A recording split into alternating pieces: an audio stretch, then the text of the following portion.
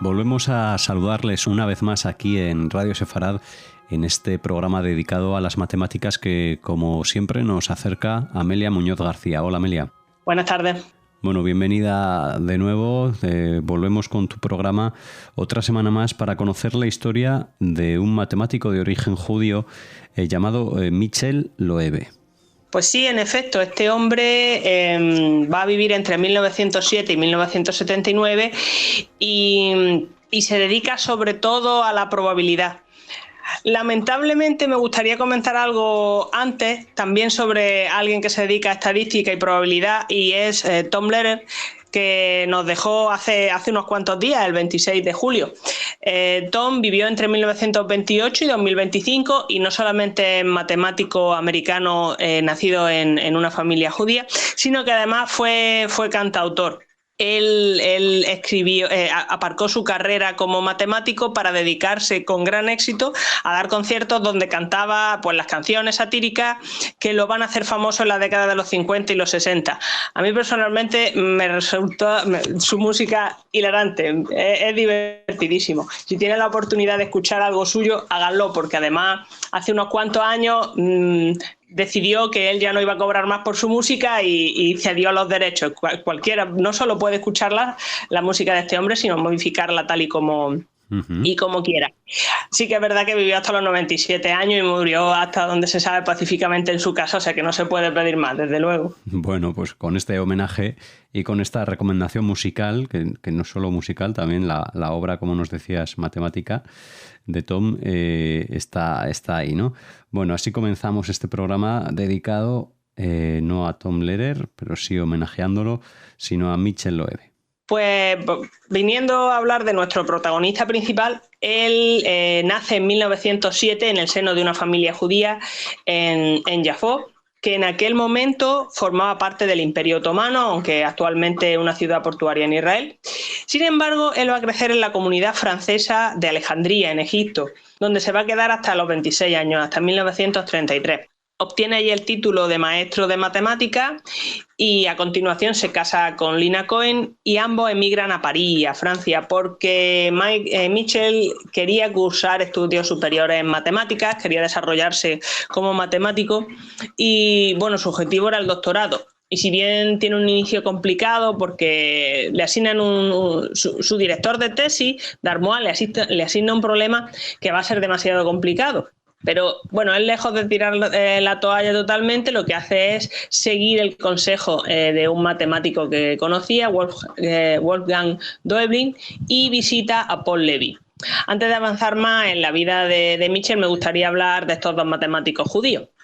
Wolfgang vive entre 1915 y 1940 y fue un matemático judío alemán que, huyendo de los nazis, pues se va a Francia con su familia, siendo bastante joven. Él estudia allí, empieza la guerra, empieza a generar resultados en probabilidad, resultados bastante prometedores, y va ganando fama, pero estalla la Segunda Guerra Mundial.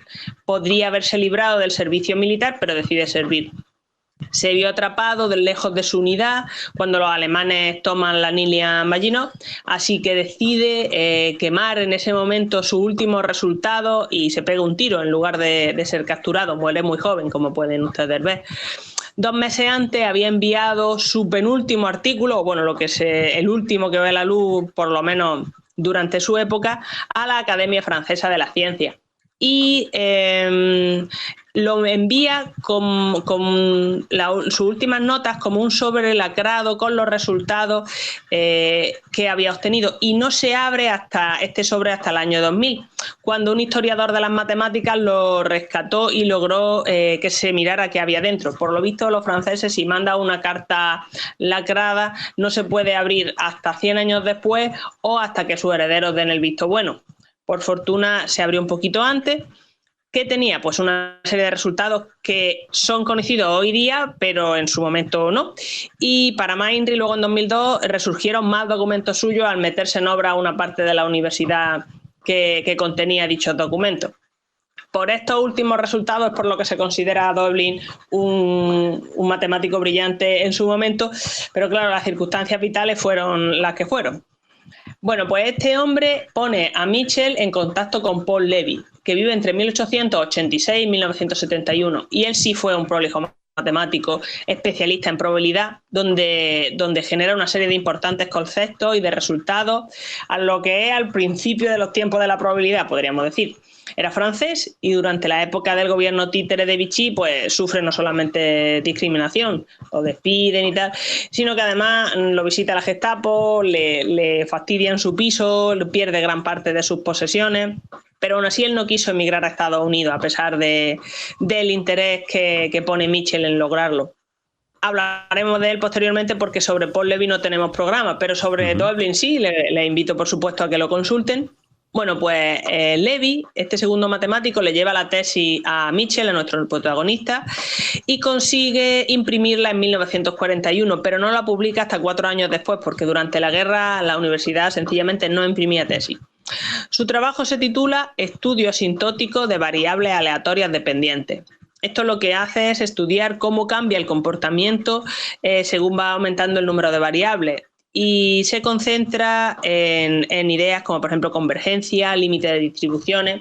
En el caso de Loeb se estudian sumas y máximos de estas variables. El trabajo posterior de Loeb va a poner las bases para lo que luego se emplea, es decir, conceptos y técnicas, en el estudio asintótico de variables aleatorias dependientes. Que, por cierto, una variable aleatoria se define un poco por sí sola, ¿no? Una característica que puede tomar un valor cualquiera dentro de un rango establecido o de un rango dado, de lo que tenga sentido, ¿no? Y esta no depende de nada. Claro, si estas variables aleatorias son dependientes entre sí, ¿a qué se refiere? Pues significa que lo que se obtiene de una va a dar información sobre la distribución de probabilidad de la otra. Un ejemplo es un clásico, ¿no? de problema sencillo, un saco en el que tiene varias bolas de colores, 2 rojas, 3 amarillas, 1 azul, y entonces va sacando sin volver a meterla en el saco, sino que saca una, la mira, la pone ahí encima de la mesa. Entonces, la probabilidad del color que saque en la segunda bola va a depender del color de la primera, porque el número de bolas que había en el saco ha cambiado.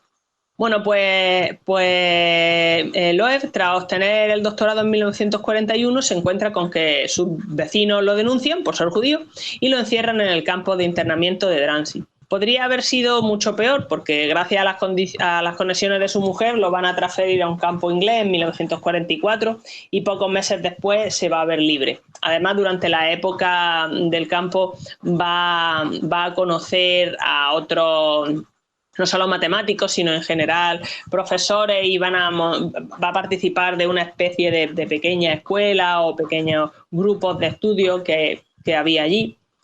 Desde luego, en ese sentido, tuvo suerte. Y tras su liberación va a trabajar 2 años en el Instituto Henri Poincaré como jefe de investigación en la Universidad de París. Luego pasa otro par de cursos entre el 46 y el 48 en la Universidad de Londres y ya por fin se va a Estados Unidos. Es curioso porque al principio Mitchell no quería irse de Francia, buscó la nacionalidad sin éxito, y simultáneamente esto el matemático Jerzy Neyman, que estaba en América, se esfuerza por atraerlo con mucho éxito.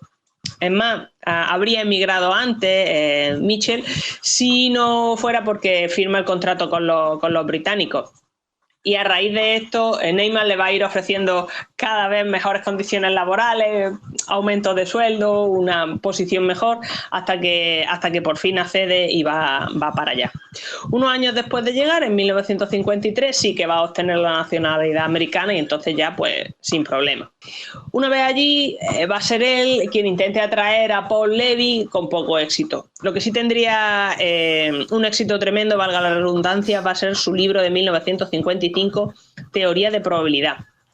Originalmente va a ser un solo volumen, y este texto va a alcanzar los 2 libros y creciendo, porque para cuando está sacando la 4ª edición, que sale hace relativamente poco, que sale hace ya cierto tiempo, en 1978, son 2 volúmenes y además con varios apéndices, porque siempre va a ir añadiendo algo.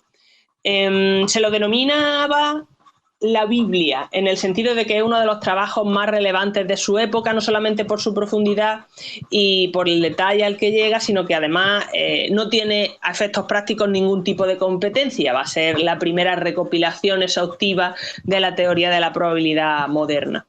Bien, el mismo año que sale el primer volumen de este libro, en 1955, va a ser nombrado profesor de estadística en Berkeley. Él, cuando va a Estados Unidos, que no sé si lo he mencionado, va a Berkeley como profesor de matemática. Pero bueno, esto es un poco un adelanto. Él, en 1948, lo que va a hacer es aceptar una estancia de unos meses como profesor visitante en la Universidad de Columbia, y para entonces Neyman, que ya lo había intentado reclutar varias veces, lo consigue a la tercera, ¿no? Le da una oferta económica muy jugosa, como comentábamos antes, y él acepta el puesto como profesor de probabilidad, si bien el departamento en sí todavía no existía. Tenían mucho interés en Loewe porque provenía de una escuela fuerte en teoría de probabilidad, como era la escuela francesa, cosa que Berkeley no tenía y aspiraba a conseguir. Entonces él entra como profesor de matemáticas tal cual, y en el 55 le añaden el título de profesor de estadística como miembro de este departamento, que se había creado justo el año antes. Además de un brillante investigador, era muy conocido, era muy popular como profesor, era exigente sin lugar a dudas, pero pionero en el sentido de abogar no por la clase magistral, sino por hacer de guía del alumno en su camino de aprendizaje. Él emplea más la palabra catalizador, pero a día de hoy eso es como el sumum de la educación. Más que la clase magistral, el guiar en el aprendizaje. Entonces, una vez asentado, empieza a tomar más responsabilidades. Por ejemplo, entre 1950 y 58 va a servir como miembro del Comité de Publicaciones del Senado Académico, y entre 54 y 58 va a ser presidente de este comité.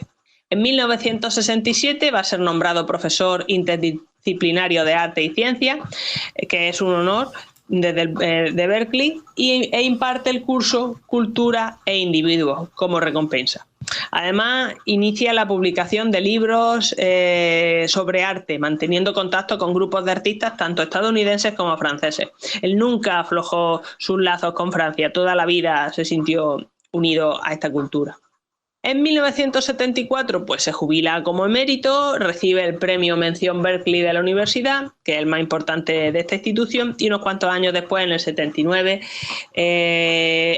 muere. Le habían diagnosticado una enfermedad bastante rara que le impedía procesar adecuadamente la vitamina D, y lo pasó mal estos últimos años, pero no quería dejarlo ver. Él no lo decía, él prefería que lo recordaran, pues, como una persona fuerte y vivaracha. Y bueno, tras su muerte, su viuda instituyó el premio Loeb, que se da cada 2 años y se conceden $30.000 a un matemático por sus contribuciones en probabilidad. Y de hecho, este noviembre toca otorgar el siguiente. Bueno, pues estará bien para entonces saber quién lo recibe para seguir manteniendo viva la memoria de Michel Loewe, y quizá, si es judío, pues también dedicarle un programa, Amelia. Claro. Bueno, pues nada, como siempre, gracias a los oyentes también por escucharnos, y hasta la próxima edición de este de Cero Aleph, Matemáticas y Judaísmo. Hasta la próxima.